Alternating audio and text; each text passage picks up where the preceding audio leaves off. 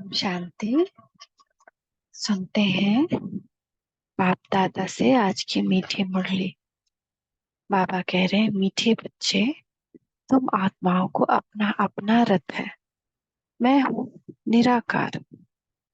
हम सब आत्मा कहाँ बैठे हैं? अपने रथ में। देखें, आज मुरली को हम लोग धारण करते जाएं। तो देखिए, मैं आत्मा अपने रथ में बैठी हूँ। अपने आप को एक रथ के जैसे देखिए, शरीर को।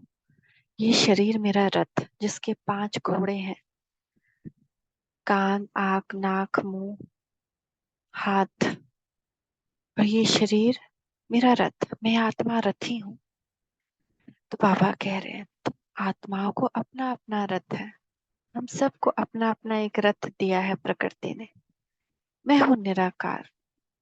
भगवान का कोई रथ नहीं होता, वो निराकार होते हैं, लेकिन उनको एक बार 5000 साल में एक बार रथ चाहिए। मुझे भी कल्प में एक ही बार रथ चाहिए। मैं ब्रह्मा का अनुभवी वृद्ध रथ उधार लेता हूँ, क्योंकि वो भगवान है। और जब वो आता है, जब जिस वक्त उसको रथ की जरूरत होती है, उस वक्त उसको अपने बच्चों को विकराल माया के भंबूर से बचाना है, जहाँ माया ने सबकी बुद्धि भ्रष्ट कर दी है। तो उसको समझाने के लिए एक ऐसा रथ चाहिए जो अनुभवी हो, जिसको वेद शास्त्र सब चीज का बहुत अच्छा से ज्ञान हो, मतलब दुनियादारी का बहुत ज्ञान हो, जिसने बहुत दुनिया देखी हो। तभी वो भगवान का रथ बन करके भगवान की मदद करेगा ठीक ढंग से। अगर कोई बच्चा है, अगर उसका रथ ले लिए, तो बच्चे से कैसे बोलेगा? वो बच्चा तो तुतला तुतला बोलेगा, या उसके अंदर वो अभी मैच्योरिटी नहीं आई है जो भगवान कुछ बोले और समझ सके और समझा सके। तो इसीलिए भगवान को, और यंग एज है तो उसमें भी बहुत विकार भी रहते हैं। अभी तो उसने दुनिया ही नहीं देखी, अभी तो दुनिया में कदम ही रखता है। तो इसीलिए बाबा एक बूढ़ा रथ लेता है, वृद्ध रथ लेता है, अनुभवी रथ लेता है। आज का प्रश्न है, किस निश्चय के आधार पर शरीर का भान भूलना अति सहज है? उत्तर है, तुम बच्चों ने निश्चय से कहा बाबा हम आपके बन गए। तो बाप का मन बनना ही माना शरीर का भान भूलना। हम बाबा के बन गए, लेकिन शरीर और आत्मा का मिलन तो नहीं हो सकता। तो हम बाबा के बन गए, यानी आत्मा का परमात्मा से मिलन हो गया, तो खुद ही शरीर का भान भूल जाता है। जैसे शिव बाबा इस रथ पर आता है, चला जाता है, ऐसे तुम बच्चे भी प्रैक्टिस करो इस रथ पर आने जाने की। बाबा कह रहे हैं, रात में बैठो, मैं परम धाम निवासी हूँ। इस रथ से जो भी काम करना था मैंने कर लिया। अब मैं परम धाम रेस्ट करने जा रही हूँ। सुबह उठने पर मैं आत्मा परम धाम से अवतरित हो रही हूँ। इस रथ में, इस रथ से कर्म कर वापस चली जाऊंगी। बार बार ऐसे प्रैक्टिस करना, दिन भर में भी, क्योंकि एक समय आने वाला है जब हमको रेस्ट करने का टाइम नहीं मिलेगा। किसी भी बाबा के बच्चों को रेस्ट करने का टाइम नहीं मिलेगा, चाहे वो कितना मुरली खाली सुना है, या योग खाली किया है, या कुछ किया है या ना किया है, लेकिन बाबा करवाएगा, सेवा करवाएगा, तो योग भी करवाएगा। तो उस वक्त योग की शक्ति जिसने जमा नहीं की है, वो फिर बहुत कमजोर फील करेगा अपने आप को। उस वक्त क्या करना होगा? नींद पूरा करने के लिए बीच में शरीर से अलग होके परम धाम में बैठ जाना। 1 मिनट, 2 मिनट, 5 मिनट, पूरा सोने का जो भी एनर्जी चाहिए, जो सोने से मिलता है, वो इससे मिल जाएगा, और वापस फिर शरीर में आ जाना। तो आप योग करते हैं तो अनुभव हुआ होगा कि खाना कम हो गया, नींद कम हो गए, तो थकावट दूर हो जाती है। धीरे धीरे शरीर में ऊर्जा आने लगती है, क्योंकि उस शरीर को ऊर्जा देने वाली आत्मा, आत्मा बैटरी है शरीर की। तो जब आत्मा चार्ज है, तो शरीर चार्ज होकर फास्ट काम करेगा, इससे शरीर शिथिल हो जाता है, ऐसे फटाफट फटाफट काम हो जाता है। इसलिए बाबा कह रहे हैं, अशरीर बनने का अभ्यास करो। तो देखिए, अभी हम 1 मिनट के लिए अभ्यास करते हैं। मस्तक के बीच देखिए, मैं आत्मा बिंदु स्वरूप, उससे शांति की किरणें मेरे पूरे शरीर में समा रही है। और मेरा शरीर इस शांति की किरणों में घुलता जा रहा है। एकदम विजुअलाइज करें, आंखें खोल के। मेरा पैर गायब हो गया, मेरा घुटना भी गायब, मेरा थाइस गायब, कमर गायब, मेरा बदन गायब, पीठ गायब, पेट छाती गायब, मेरा दोनों शोल्डर्स गायब, दोनों हाथ हथेली गायब, गर्दन गायब, ये फेस गायब, ब्रेन गायब। अब बस एक सितारा बच गया, लटका हुआ हवा में। एक सितारा, ये मैं हूँ, अशरीरी आत्मा। मेरा अब शरीर नहीं। ऐसे ही मैं आई थी, ऐसे ही मुझे जाना है। देखिए चारों तरफ आपके गोल्डन रेड लाइट है, और इस गोल्डन रेड लाइट में आपके ऊपर परमात्मा का प्रकाश फैल रहा है। परमात्मा की सर्व शक्तियां आप में समा रही हैं। आपको मास्टर सर्व शक्तिशाली आत्मा बना रहे हैं। सारी शक्तियां बाबा भर रहा है, सारे गुण भर रहा है। अब वापस प्रकृति का एक शरीर सामने दिख रहा है। एक शरीर देखे, जैसे मिट्टी का कोई शरीर तैयार करता है ना, तो पहले क्या होता है, मिट्टी का पुतला। देखिए एक मिट्टी का पुतला सामने, उस पे प्रकृति रंग भर रही है, वैसा ही जैसा पहले था। अब देखें कि मैं आत्मा उसके अंदर समा रही हूँ, भ्रुकुटी के बीच में आकर बैठ गई, और पूरे शरीर में मेरी ऊर्जा फैल गई, सारी थकान मिट गई। थैंक यू बाबा। तो बाबा कह रहे हैं जितना ये प्रैक्टिस करोगे तो तुम्हारा अशरीर बनने का अभ्यास होगा। इसमें मुश्किल का अनुभव फिर नहीं होगा, क्योंकि आने वाले टाइम में योग लगाकर बैठना मुश्किल है। जब तक अभ्यास नहीं हो कि फटाक से योग कर लिए, जब तक चारों तरफ माया का ऐसा वार होगा कि तुरंत अशरीरी बनना बहुत जरूरी होगा। अशरीरी नहीं बनेंगे तो माया हमको अपने चपेट में ले लेगी, फिर वो तूफान नहीं जाएगा। वो तूफान को जाने के लिए हमको अशरीरी बनना जरूरी है। जैसे आप देखें, जहां पर भी किसकी मृत्यु होती है, कैसा शांति छा जाता है। अपने आप ही वातावरण शांत हो जाता है। कोई कुछ भी कर रहा हो, एक जगह बैठ जाता है शांति से, कैसा भी हो, विकारी मनुष्य हो, लेकिन अपने आप ही चारों तरफ शांति। तो वो आत्मा के छोड़ने के बाद का जो टाइम था वो, क्योंकि आत्मा अशरीरी हो गई तो शांति फैल जाती है। तो जितना आप अशरीरी का अभ्यास करेंगे, घर में, इस संसार में भी शांति फैलेगी। तो इसमें मुश्किल नहीं अनुभव होना चाहिए। प्रैक्टिस करनी, बार बार प्रैक्टिस करें। सोचे कि हर ट्रैफिक कंट्रोल पे जरूर प्रैक्टिस करें। अपने को निराकारी आत्मा समझ बाप को याद करो। ओम नमः शिवाय। जब इस शांति की अनुभूति होगी ना, तो आत्मा में शक्ति बढ़ती है। बाकी आसपास की आत्मा में भी उसको शांति की महसूसता होती है। फिर वो वहां से किसी और चीज की तरफ भागेगा नहीं, दौड़ेगा नहीं, उसको शक्ति मिलेगी।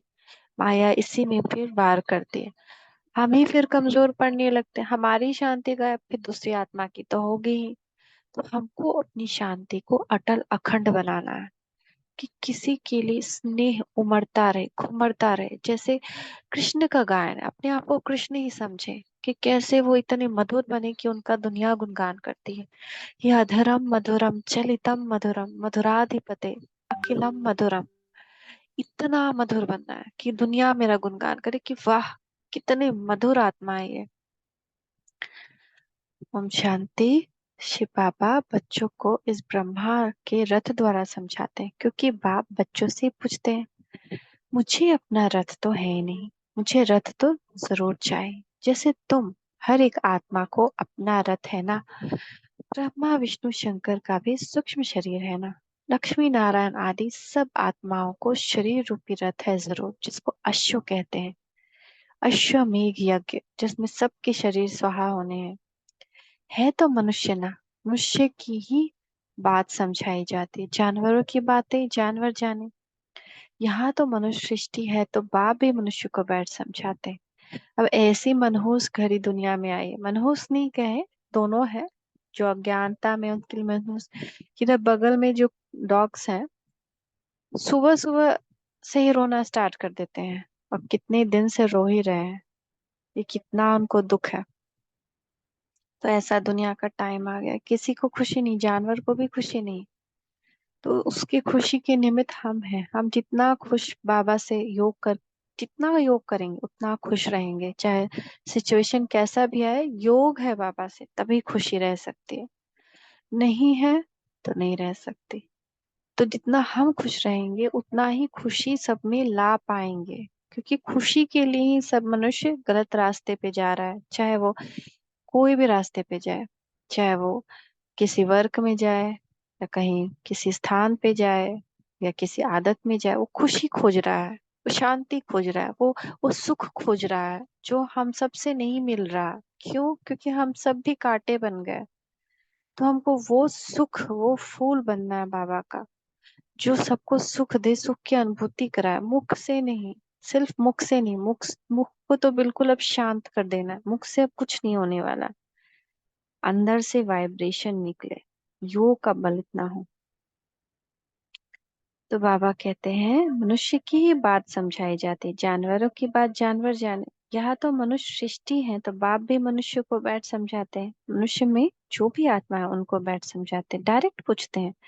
तुम हर एक को अपना अपना शरीर है ना, हर एक की आत्मा शरीर लेती है छोड़ती है। मनुष्य तो कहते हैं आत्मा 84 लाख जन्म लेती है, यह भूल है। जबकि तुम 84 जन्म लेकर ही बिल्कुल हाँ हो गए हो, थक गए हो ना, कि 84 जन्म में भी कम ही जन्म लिए हो, या 84 जन्म इसमें ही फा हो गए हैं हम लोग, कितने थक गए। लगता है कि अब बस, अब थोड़ा परम धाम में जाकर के आराम कर ले। कितने तंग हो गए, एकदम तंग हो गए। एकदम लगता है ना कि अब बस बाबा बुला ले और हम परम धाम में रेस्ट करें। कितना बार लगता है ना कि छोड़ो बाबा, नहीं चाहिए सत्युग, तुम शांति धाम में ही बुला के थोड़ा बुला के रख लो। ऐसे भी कभी लगता है कि कहाँ हम वेट करें सत्युग के लिए, इतना मेहनत करें। तो मेहनत, हार नहीं खानी है, हार नहीं मानना है। और तंग होने का कारण ये है कि बाबा से हम लोग का योग ठीक नहीं है। उनको लेटर लिखे, उनसे संबंध बनाए, है ना। देखिए, लाइफ में कोई भी एक ऐसा संबंध हो जो बहुत सुंदर हो, बहुत मधुर हो, जिससे हमको हर सुख मिल रहा हो, तो हम कितना सुखी महसूस करते हैं। फिर दूसरे संबंध बुरे भी हो तो हमको ताकत मिलती रहती है ना। जैसे आप पहले का याद करें, जब बहुत पहले, 10 साल 20 साल पहले का बात याद करें, कि कभी जब ऐसा सुख था, जब लगता था कि हाँ मेरे साथ कोई है, मेरे साथ कोई खड़ा है, तो उस वक्त क्या लगता था कि हाँ कितना सुखी जीवन है, मेरे साथ कोई खड़ा है। तो वैसे ही अगर हम परमात्मा से ऐसा संबंध बनाते हैं ना, कि उनको हम अपना कुछ बना के अपने साथ खड़ा देखें, जितना हम उनको देखेंगे उतना हम उनके करीब, उनकी शक्ति के मिलती रहेगी हमको। बार बार ये देखें कि वो मेरे साथ है, उनसे संबंध बनाए, जो भी आपको संबंध चाहिए उनसे बनाए।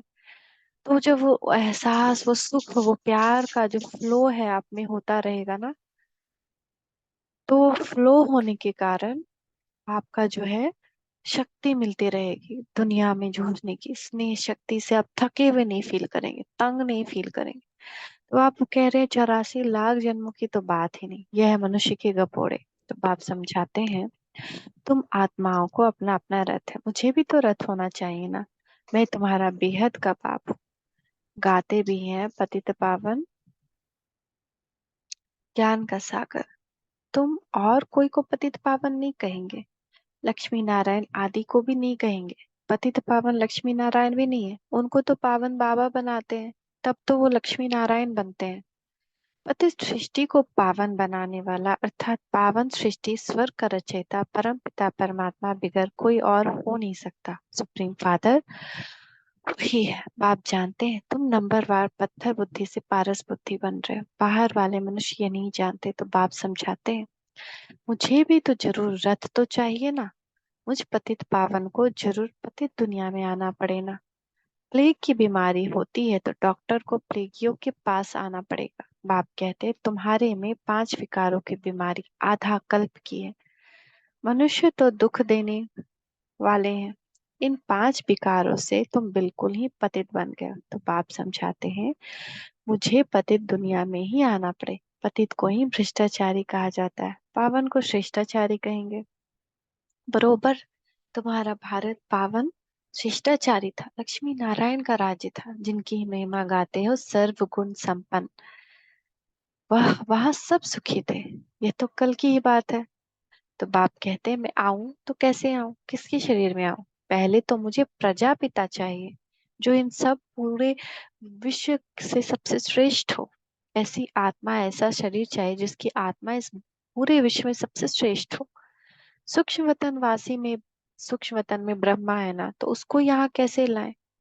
वह तो फरिश्ता है, उसको पतित दुनिया में ले आऊं ये तो दोष हो जाएगा। कहेंगे मैंने क्या गुनाह किया।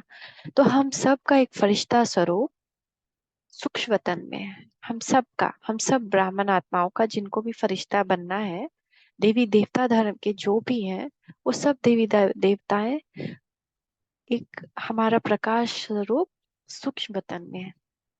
तो जब हमारा योग इतना हो जाता है, जितना कि हमसे जो प्रकाश निकले वो परम धाम तक पहुंच जाए, और योग का प्रकाश, याद का प्रकाश, याद की शक्ति इतनी हो जाए जो वो याद परम धाम तक पहुंच जाए, और बाबा भी चाहे, खुद भगवान भी चाहे तो उस याद को तोड़ ना पाए, तब हमारा ये स्वरूप फरिश्ता स्वरूप से कंबाइंड हो जाता है, और हम संपूर्ण बनकर इस दुनिया से वापस चले जाते हैं सूक्ष्म वतन में। तो हम अलग हैं, दुनिया के बाकी लोग अलग हैं, जो देवताई घराने के लिए के नहीं है। तो ये हमको करना है, हम सबको, क्योंकि हम सब देवता ही घराने के हैं। तो हम जब तक संपूर्ण नहीं बनते हैं, यहाँ से नहीं जा सकते हैं। तो सबको संपूर्ण बनना है, तो जितना योग लगाएंगे, जितना जल्दी संपूर्ण बनेंगे, उतना जल्दी यहाँ से छुटकारा पाएंगे। नहीं तो कभी कोई विकर्म बनेगा, कभी कोई कर्म, और उसको चुकता ही करते जाएंगे। अंत में जल्दी जल्दी बाबा को क्या करवाना पड़ेगा? ये गर्भ जेल में बुलवाना पड़ेगा। फिर वहां सजा खा खा के हमारा पाप खटेगा। फिर दूसरा गर्भ जेल, फिर तीसरा गर्भ जेल। जैसे बच्चा कोई पैदा होता है तुरंत मर जाता है, फिर दूसरा गर्भ जेल उसको मिलेगा, फिर तीसरा गर्भ जेल मिलेगा। तो आजकल जल्दी जल्दी पाप कटाने के लिए बाबा बहुत सारे आत्माओं का जो बहुत पाप है, हमको तो ऑप्शन है ना योग, लेकिन जिन आत्माओं को ऑप्शन योग नहीं है, तो वो उनको क्या कर रहे हैं, जल्दी जल्दी बच्चा गर्भ जेल में आ रहा है, जन्म ले रहा है, फिर चला जा रहा है, फिर आ रहा है, गर्भ जन्म ले रहा है, फिर चला जा रहा है। तो उससे बहुत ज्यादा उस पेन से गुजर रहा है, गर्भ जेल में यातनाएं उसको भुगतनी पड़ती है धर्मराज की। वो चिल्लाता है, रोता है, बिलखता है, मुझे छोड़ दो, अब ऐसा नहीं करूंगा।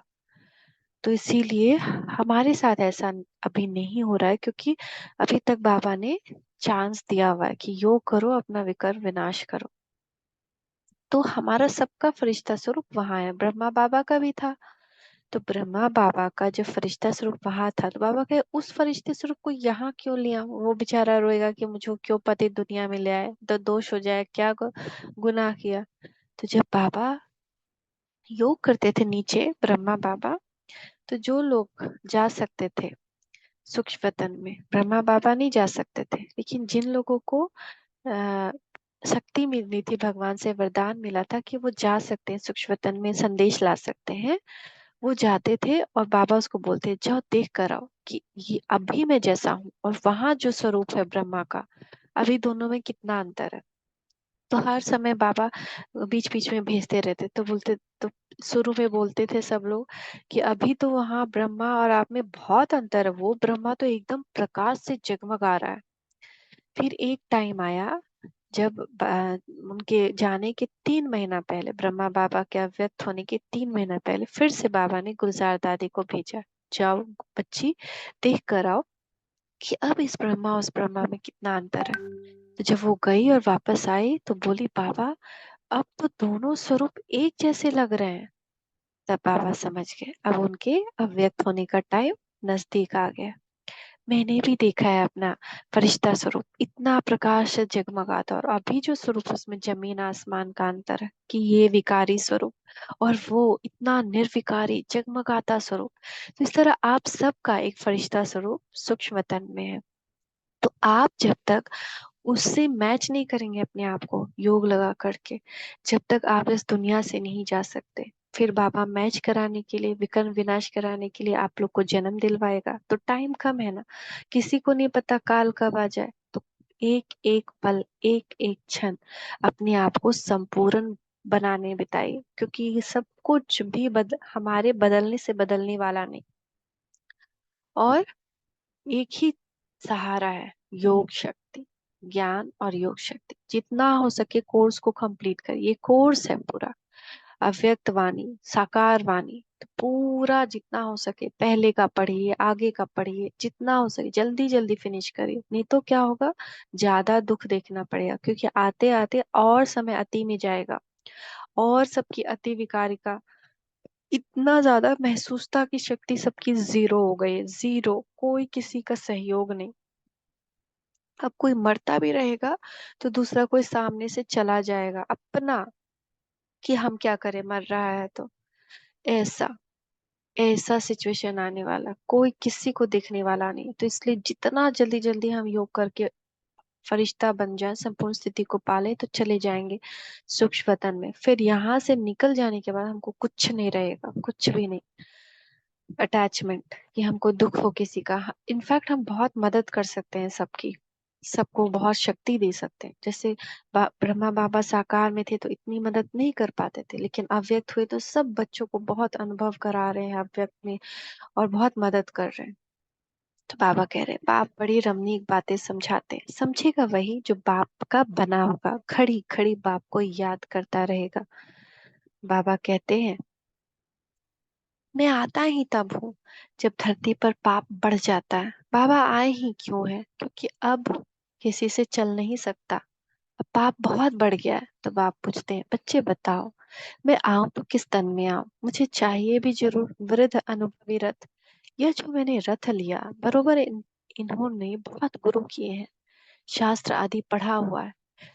ब्रह्मा बाबा सुखमणि सिख का ग्रंथ, कुरान, जितना वेद शास्त्र सब कुछ, उनके 10 गुरु थे। 10 गुरु सबसे ज्ञान लेते थे और एकदम ज्ञान ही में रमन करते थे। और हीरे के व्यापारी कोई कम नहीं, उस समय करोड़ों का उनका व्यापार था। बड़े बड़े विक्टोरिया, क्वीन विक्टोरिया सबके लिए मॉडल बनाते थे, और डिफरेंट डिफरेंट, कहीं घड़ी म्यूजिक वाला बनाते थे हीरा का। इतना ज्यादा उनका, ये कैम्ब्रिज यूनिवर्सिटी में भी उनके नाम का लाइब्रेरी ये सब है, कि उनका बिना ज्ञान का टाइम का बात था। बिना ज्ञान के टाइम में ही वो इतनी श्रेष्ठ आत्मा थी कि क्रोध नहीं। एक बार एक बच्चे ने दूसरे, एक किसी ये बच्चे ने उनकी दुकान से हीरा चुरा लिया, उनको समझ में आ गए हैं। वो जा करके उस बच्चे से बहुत प्यार से पूछते हैं, और फिर जा उस पे क्रोध भी नहीं किया। मान लीजिए मेरे घर का कोई हीरा चुरा के भाग जाए, ए ए कहाँ गया, मारो इसको, कैसे इतना हिम्मत किया, ऐसे हो जाएगा ना। वो इतना ज्यादा हीरा चुरा लिया, उसको बहुत प्यार से, वो युक्ति से उसके अंदर से ये बात निकलवा दी कि वो बच्चा बोला कि मिठाई खाने के लिए हीरा चुरा लिया था। तो बाबा उसको ले गए, बहुत सारा मिठाई खरीदवाए, और कहे कि देखो बच्चे, जब भी मिठाई खाने का मन करे मेरे पास आ जा, बहुत मिठाई खिलाऊंगा, लेकिन कभी गलत काम नहीं करना। तो इतने मीठे बाबा बिना ज्ञान के थे। तो इसीलिए तो मतलब श्रेष्ठ आत्मा कृष्ण की आत्मा, ऑब्वियसली ना, इतनी श्रेष्ठ आत्मा को ही ना भगवान रथ बनाएंगे, जो इतनी, इतने कलयुगी दुनिया में भी इतनी अच्छी थी। इतने अच्छे तो हम लोग अभी भी नहीं है, ज्ञान में आने के बाद भी नहीं है। कि अपने ही लोगों से हम घृणा करते हैं, अपने ही लोगों पर क्रोध करते हैं, छोटे छोटे बच्चों पे क्रोध आ जाता है, छोटे छोटे बच्चों से हम हमारा अहंकार टकराता है। तो कितनी ज्यादा मतलब ये है, और कमजोर आत्माओं से हम टकराते हैं कि ये ऐसा तो कितनी ज्यादा मतलब हमारे अंदर भी विकार है। वो कृष्ण तो एकदम जमीन आसमान का जैसे फर्क, तो इसलिए वो कृष्ण बन। तो हमको टारगेट रखना है कि हमको उनके जैसा ही मधुर बनना है। तो बाबा कहते हैं कि अर्जुन की बात नहीं, मुझे कोई अर्जुन व कृष्ण का रथ थोड़ी चाहिए, मुझे तो चाहिए ब्रह्मा का रथ। उनको ही प्रजापिता कहेंगे, कृष्ण को प्रजापिता नहीं कहेंगे, कृष्ण तो छोटा बच्चा है। बाप को तो ब्रह्मा का ही रथ चाहिए, जिससे ब्राह्मणों का प्रजा रचे। ब्राह्मणों का है सर्वोत्तम कुल, विराट रूप दिखाते हैं, उसमें ब्राह्मण दिखाते ही नहीं, क्योंकि ब्राह्मण छोटी है। तो देवता क्षत्रिय वैश्य शूद्र, बाकी ब्राह्मण कहाँ गए ये किसको पता नहीं। ऊंचते ऊंच ब्राह्मणों की चोटी, चोटी हो तभी समझा जाता है कि ये ब्राह्मण है। सच्ची सच्ची चोटी तो तुम्हारी है। लेकिन बड़ी सरप्राइज की बात है, जब से ब्राह्मण बने तब से मेरे बाल में एक चीज है, कितना भी झाड़ो, एक चोटी जैसा कुछ फुचकी लटक ही जाता है। एक छोटा सा जैसा ब्राह्मण का चोटी होता है ना, उतना लंबा ही रहता है, लटका ही हुआ रहता है। कितना बार उसको काटे, कितना बार कुछ किए, लेकिन लटक ही जाता है। तो ये भी एक सरप्राइज ही है। बार बार हम देखे हैं उसको काट के लेकिन वो निकल ही जाता है, जैसे कि आ, एक ट्रेडमार्क लेकिन एक्चुअली में इसका मतलब क्या है कि उच्च श्रेणी का होता है ब्राह्मण को, कोटि श्रेणी का, इसलिए उसको चोटी कहते हैं। चोटी हो तभी समझा जाता है कि ब्राह्मण। सच्ची सच्ची चोटी तो तुम्हारी है, तुम राज ऋषि हो, बड़ी चोटी वाले। ऋषि उनको कहा जाता है जो पवित्र रहते हैं। तुम हो राजयोगी, राज ऋषि, राजाई के लिए तपस्या कर रहे हो। वह मुक्ति के लिए हठ योग की तपस्या करते, तुम जीवन मुक्ति राजाई के लिए राजयोग की तपस्या कर। तुम्हारा नाम है शिव शक्ति। शिव बाबा तुम्हें री इनकारनेट करते हैं। हमारा मरजीवा जन्म है, हम पुराने जन्म से मर चुके हैं। जब तक हम ये छोड़ेंगे नहीं, जब तक ये छूटेगा नहीं, तो तुम फिर से भारत में जन्म लेते हो। जन्म लिया है ना। जब हम देवता आते हैं ना तो री इनकारनेट करते हैं, मतलब ऊपर से उतरते हैं पवित्र आत्माएं। सबसे पहले पहले ऊपर से पवित्र आत्माएं आती हैं, एकदम जैसे बाबा आता है ना वैसे फर्स्ट टाइम। कोई कोई ने, सॉरी, कोई कोई ने भले जन्म जन्म कहा गया लिया है, परंतु समझते नहीं कि हम शिव बाबा के बने, उनके पास जन्म लिया है। अगर ऐसे समझे तो शरीर भान बिल्कुल ही निकल जाए। अगर हम समझें कि अब मेरा जन्म शिव कुलभूषण की तरह हुआ है, ब्रह्मा मुख वंशावली द्वारा हुआ है, नया जन्म है, अगर बार बार अपनी बात को याद दिलाएं तो हमको फिर याद आ जाएगा, शरीर का भान बिल्कुल ही मिट जाएगा। जैसे शिव बाबा निराकार इस रथ में है, इसे तुम अपनी को निराकार आत्मा समझो। विदेही बाप की मैं विदेही संतान, अशरीरी बाप की अशरीरी संतान, निराकार पिता की मैं निराकार आत्मा संतान। इसे बार बार प्रैक्टिस करने से हम भी इस देह के भान से छूटते जाएंगे। बाप कहते हैं, बच्चे मुझे याद करो, अब वापस घर चलना है। तुम तो पहले अशरीरी थे, फिर देवी व देवता का शरीर लिया, फिर क्षत्रिय शरीर, फिर वैश्य शरीर, फिर शूद्र शरीर लिया। अभी तुम अशरीरी बनो। तुम मुझे निराकार को ही कहते हो। पापा हम आपके बने हैं, हमको वापस जाना है, देह को तो नहीं ले चल सकते हैं ना।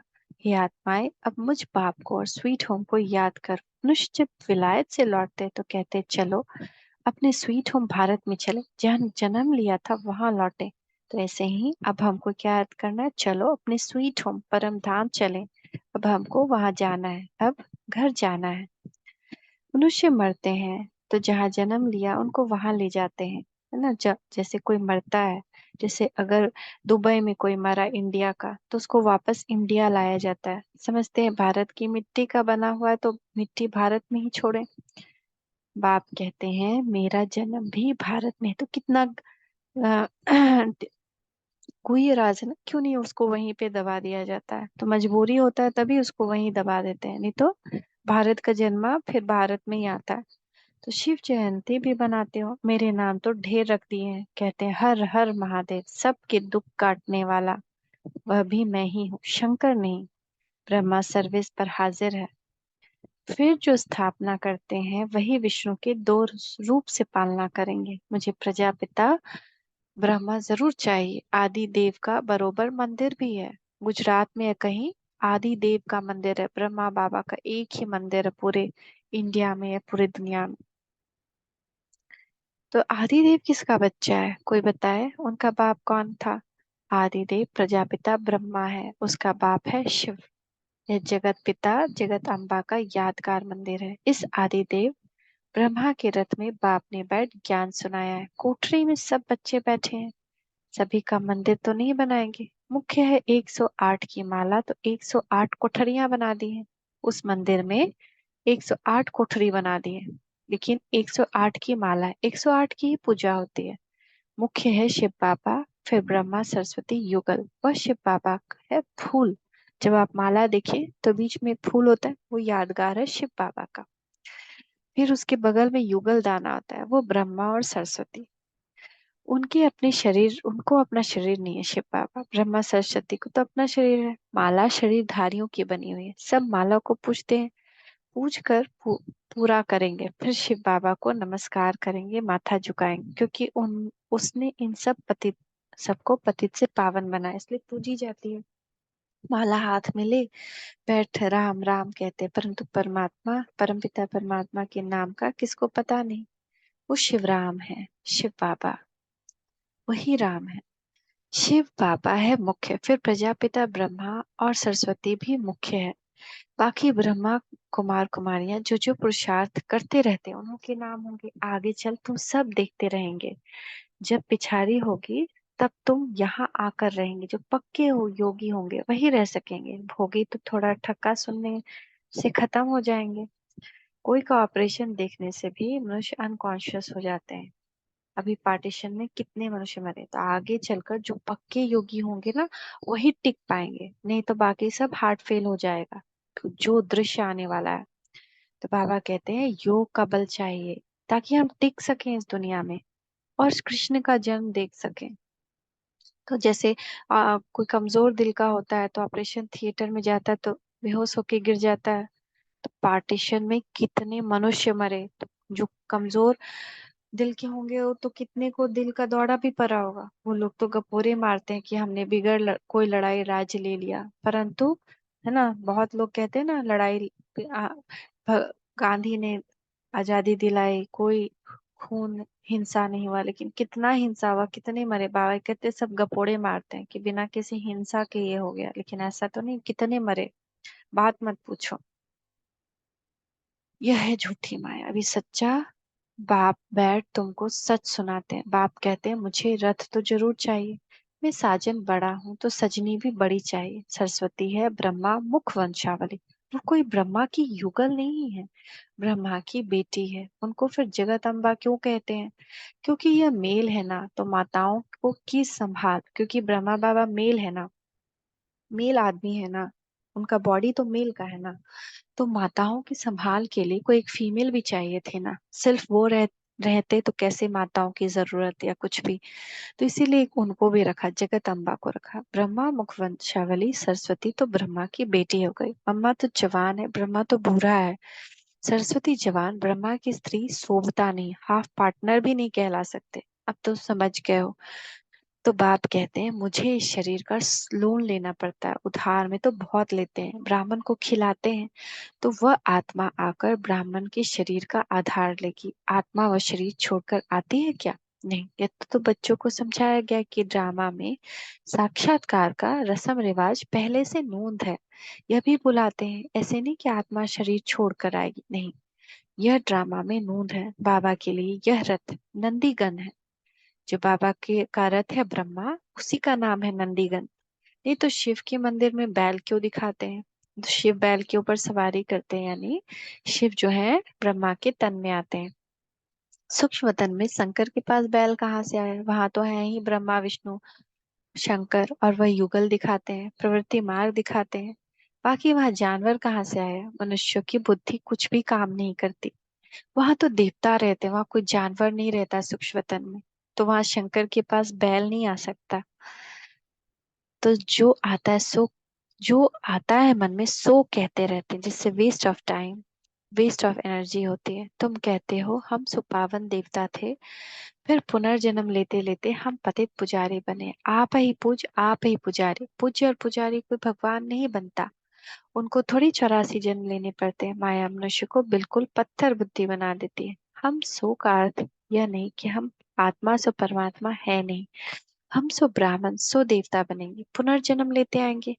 कितनी अच्छी समझानी है। बाप कहते हैं मैंने जिसमें प्रवेश किया है इसने बहुत गुरु किए, शास्त्र पढ़े हैं, जन्म भी पूरे 84 लिए हैं। यह नहीं जानता, हम तुमको इन सहित बताता हूँ, ब्रह्मा को भी बतलाता हूँ, सदैव भी तो सवारी नहीं कर सकता हूँ। ब्रह्मा मुख वंशावली ब्राह्मणों को बतलाता हूँ, मुझे रथ भी चाहिए ना। तुम बच्चे याद करते हो और मैं आता हूँ, मुझे तो सर्विस करनी है। तो श्री श्री शिव बाबा की मत से भारत पावन बनता है। नर्कवासियों को श्री श्री का टाइटल देना रॉन्ग है न। कई साधु संत या बहुत लोग आगे श्री नाम जोड़ लेते हैं या श्री श्री जोड़ लेते हैं, ये सब रॉन्ग है। आगे श्री नाम नहीं था, अभी तो सबको श्री अर्थात श्रेष्ठ बना दिया है। श्री श्री तो है शिव बाबा, फिर सूक्ष्म वतनवासी ब्रह्मा विष्णु शंकर, फिर श्री लक्ष्मी नारायण। ये समझने की बात है क्योंकि वो सबसे पवित्र थे इसलिए वो श्री हैं, और भगवान है श्री श्री। बाकी देवी देवताएं श्री, बाकी कलयुग में श्री लगा ना सके लेकिन सब लगाते हैं, ये समझने की बात है। नॉलेज बड़े मजे की है, परंतु कोई कोई पढ़ते पढ़ते रफ्फू चक्कर हो जाते हैं, माया हाथ छुड़ा देती है। दुकान भी नंबरवार है। बड़ी दुकान में जरूर अच्छे सेल्समैन होंगे, छोटे छोटे में कम होंगे, तो बड़ी दुकान पर जाना चाहिए जहाँ महारथी हो। माताओं को तो टाइम बहुत रहता है, पुरुषों को धंधा आदि करना है तो बिजी रहते हैं, माताएं तो फ्री हैं, खाना पकाया बस। वह तुम पर फिर बंधन डालते हैं, सुनते हैं। ब्रह्मा कुमारियों पास जाने से विष बंद हो जाएगा तो रोकते हैं। शिव बाबा ऐसी तिरकनी फिसलने वाली चीज है जो घड़ी घड़ी भूल जाती है। बाप बिल्कुल सहज रास्ता बताते हैं कि मुझे याद करो तो तुम्हारे पाप भी कट जाएंगे और मेरे पास भी आ जाएंगे। याद नहीं करोगे तो पाप भी नहीं कटेंगे, और साथ भी नहीं ले जाऊंगा, फिर सजा खानी पड़ेगी। भक्ति मार्ग में छाछ पीते आए, अब मक्खन तो तुमको सत्युग त्रेता में खाकर पूरा कर दिया, बाकी पीछे छाछ रह जाती है। तो छाछ भी पहले अच्छी मिलती थी, अब पानी मिलता है। सत्युग त्रेता में घी नो दूध की नदी बहती है, अभी तो घी कितना महंगा हो गया है। अच्छा, माता पिता बाप दादा को मीठे मीठे से खिलाते बच्चों प्रति याद प्यार और गुड मॉर्निंग। रूहानी बाप की रूहानी बच्चों को नमस्ते। रूहानी बच्चों की रूहानी माता पिता बाप दादा को याद प्यार गुड मॉर्निंग, नमस्ते पापा नमस्ते, शुक्रिया पापा शुक्रिया। धारणा के लिए मुख्य सार, राज ऋषि बन तपस्या करनी, पूज्यनीय माला में आने के लिए बाप समाज सर्विस करनी, पक्का योगी बनना है। दूसरा, नॉलेज बड़े मजे की है, इसीलिए रमणीकता से पढ़ना है, मूंझना नहीं। नॉलेज ये बड़े मजे की, इसलिए रमणीकता से पढ़ना, मूंझना नहीं, पक्का योगी बनना है, सर्विस करनी है, राज ऋषि बनना। तो कितना सुंदर अनुभव ये कि बाबा कैसे सेवा करवाता है। अगर हमारी इच्छा हो, जब हम बाबा से बोले बाबा कुछ सर्विस करवाओ, मैं तुमको समर्पित हूँ, जैसे करवाना है वैसे करवाओ।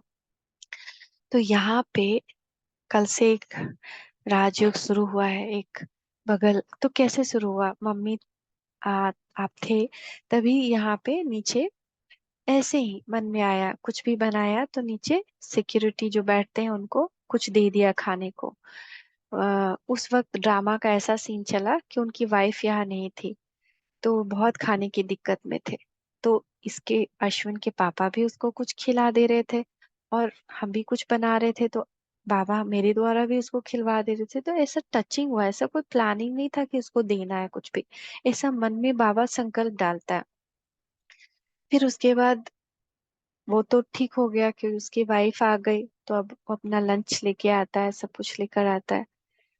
तो उसके अंदर इतना कृतज्ञ भावना जागा कि वो कहा कि कुछ भी करेंगे सेवा के लिए, बिना ज्ञान लिए कि भगवान आया है। जब उसको बताया, एक बुक तमिल की प्रिंट करके दी 7 डेज कोर्स का, एक दिन में उस आत्मा ने पढ़ लिया और कहा कि मुझे ये कोर्स करना है सबसे पहले।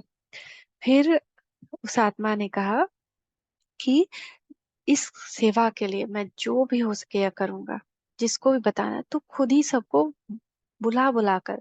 मेरे में तो हिम्मत नहीं थी, थोड़ा झिझक था। ये झिझक बाबा शायद जानता था कि मेरे में झिझक है, इसलिए कोई सहयोग के लिए चाहिए था। तो जो भी किराएदार यहाँ पे रहता है ना, जिसको वो जानता है कि ये ब्राह्मण है या ये हिंदू है, ये जल्दी समझेगा इस, क्योंकि वो आते जाते देखते रहता है ना कि कौन किस मेंटेलिटी का है।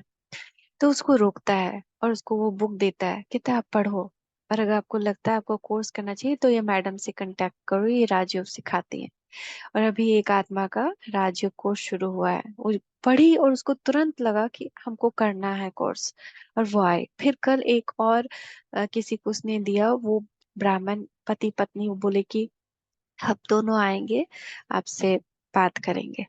तो ऐसे फिर वो आत्मा और प्लानिंग कर रही है, मतलब कि वो कहीं मैं प्रेस से कितना कॉस्ट है क्या है वो पता करके आऊंगा, और फिर आप चाहे तो उससे प्रिंट करवा लें या न्यूज़पेपर में छपवा लें, या फिर तो कैसे बाबा मतलब किसी को सहयोगी, मेरा इसमें क्या रोल रहा, कुछ नहीं, नील। तो कैसे बाबा आगे बढ़ा रहा है, तो हमको बस समर्पित करना है, तो बाबा सर्विस कराता है।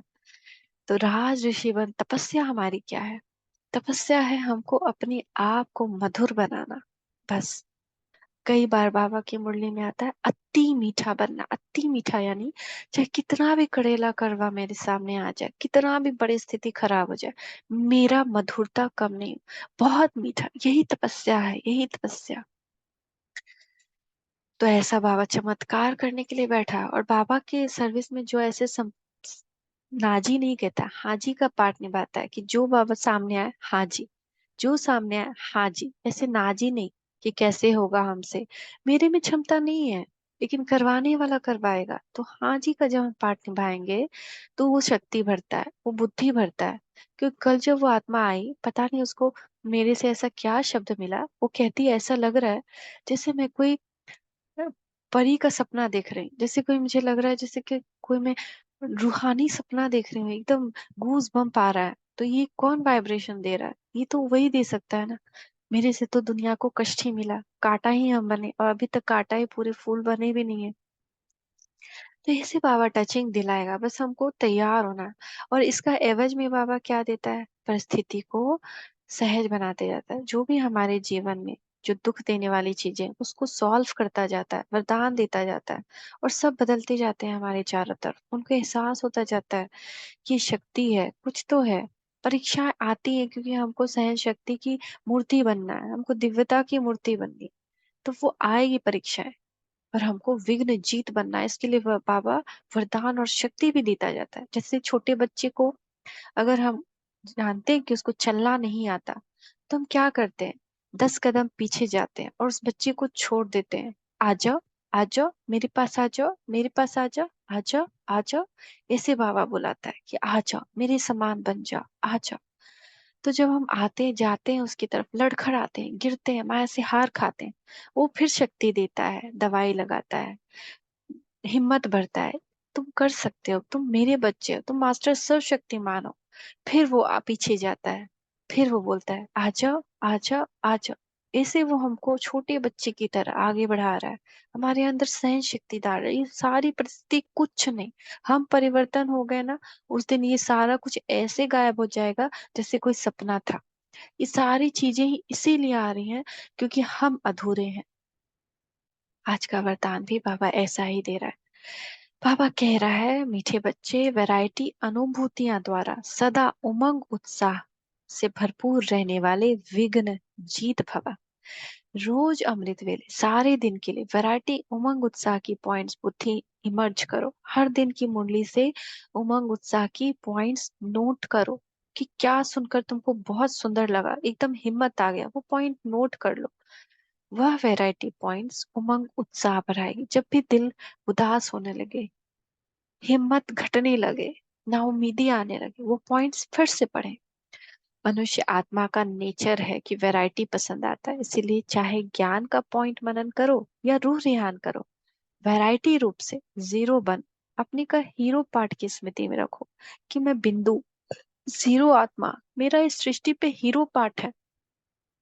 तो उमंग उत्साह से भरपूर रहेंगे और सब विघ्न सहज समाप्त हो जाएंगे। स्लोगन है अपनी अवस्था को ऐसा शांत चित बना लो जो क्रोध का भूत दूर से ही भाग जाए। अपनी अवस्था को ऐसा शांत चित बना लो कि किसी का भी क्रोध का भूत हो, मेरा हो दूसरे का हो, दूर से ही भाग जाए। ओम शांति, ओम शांति, ओम शांति।